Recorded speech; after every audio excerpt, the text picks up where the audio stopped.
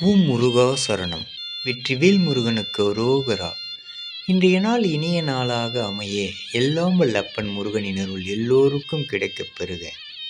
நாம் வாழும் வாழ்க்கையில் போராமை பிடித்தவர்கள் நம்மை பற்றி எல்லோரிடம் தவறான எண்ணங்களை பரப்புகிறார்கள் என்றால் நாம் வளர்ந்து கொண்டிருக்கிறோம் என்று அர்த்தம் என்று சொல்லப்படுகின்றன. அதேபோல் பேசுபவர்கள் பேசிக்கொண்டுதான் இருப்பார்கள் நம்மை பற்றி. ஆனால் நாம் நம் இலக்கை மட்டும் நோக்கி பயணிக்க வேண்டும் என்று அருளுகின்றார்.